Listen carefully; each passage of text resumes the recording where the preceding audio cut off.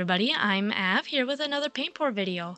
This paint pour specifically is based off another one of my D&D campaigns, specifically Neverwinter. We have 6 main themes, 5 of which being characters and the 6th one being of the campaign itself. Each of these colors were picked by the characters and the DM about what they represented as their character. I'm not going to go in the order that we're putting the painting on in there because otherwise I just lose track and lose my mind. So I have my little list over here. So we have Stella, our Air Genasi Druid, whose main colors are blue, white, and purple. Then we have her sister, a Fire Genasi Sorceress, named Ember, with red and orange. We have our Artificer Bard Nobility Rurik, who is a deep gnome, I believe, with his colors being white, dark purple, and gold. Then we have our Paladin of Vengeance, Vi, with silver, gold, magenta, purple, or black.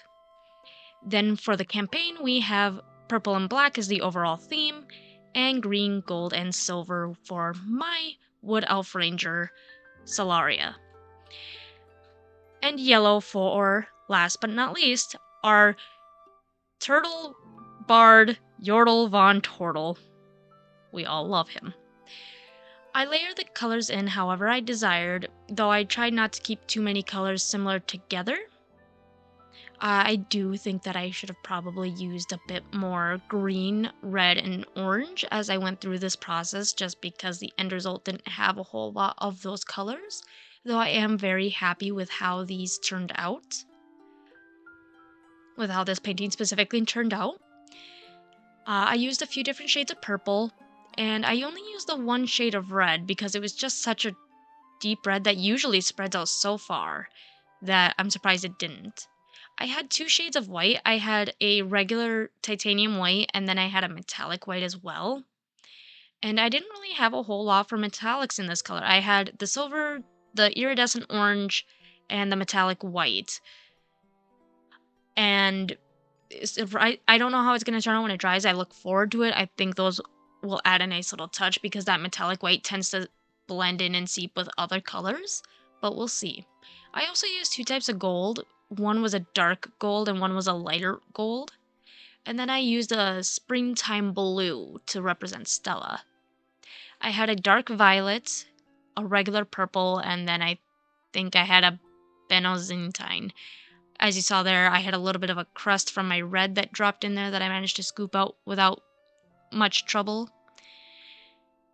So we just go through and we work on filling the cup until it's layered. I did try to make sure the colors that were similar to each other weren't too close together to prevent muddying. But we'll see how it goes as it goes through. I need to make sure to find some better lighting, just because sometimes in the pictures it doesn't show up so clear in the camera. I'll just have to get a secondary light, my assumption is. This campaign is still relatively new in the beginning. I think we're only like 5 or 6 sessions in, and we used to meet every other week for this campaign, but now we are going to go back to about once a month because we now have 3 campaigns that we're working on. The first one being the Unstables paint pour that I did the other day. And then this one. Now I'm just kind of scraping off, making sure there's no crusties on the canvas itself. And I poured the remaining silver I had onto the canvas to make a little puddle. And I'll be spinning them out. There will be a 3rd campaign paint pour coming out, but I want to get a few sessions into that before I eventually do that one, just so that way we can get a feel of our characters, since this is a whole new campaign that hasn't even started yet.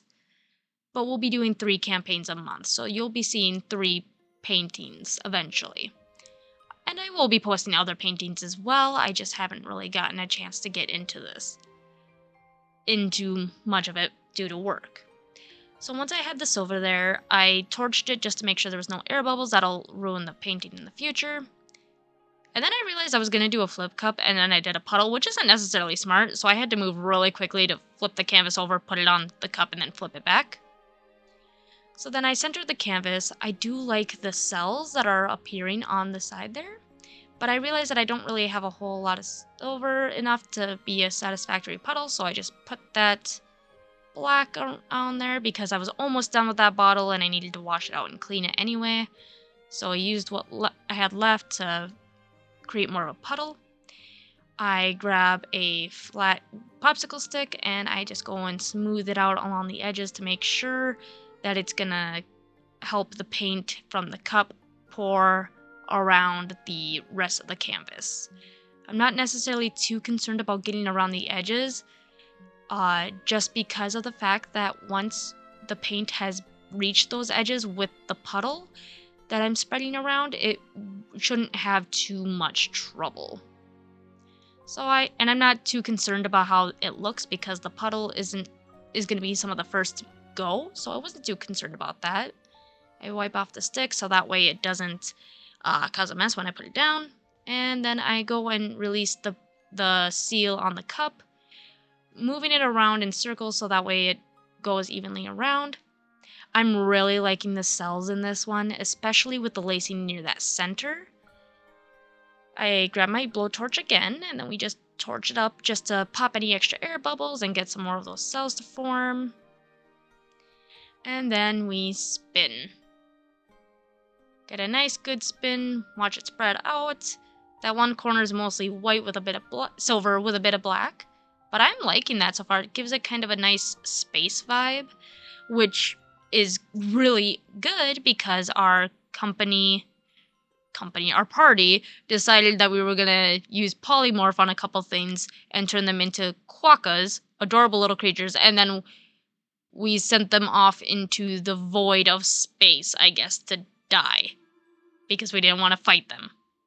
So right now I'm just checking to make sure all of the edges of the painting's closed up. We give it another little torch to get any more of those cells. The center spot that's slightly to the right is a little gray, but I think I liked how it turned out. This little corner is my favorite. I really like that lacing and space vibe here. It's just so pretty. You can see a little bit of the green mixing with the yellow and the golds. There's a little bit of the red. I kind of wish that I had done a little more yellow, red, green, and maybe some orange. They are all peeking through, but they're not as prevalent as I had expected them to be.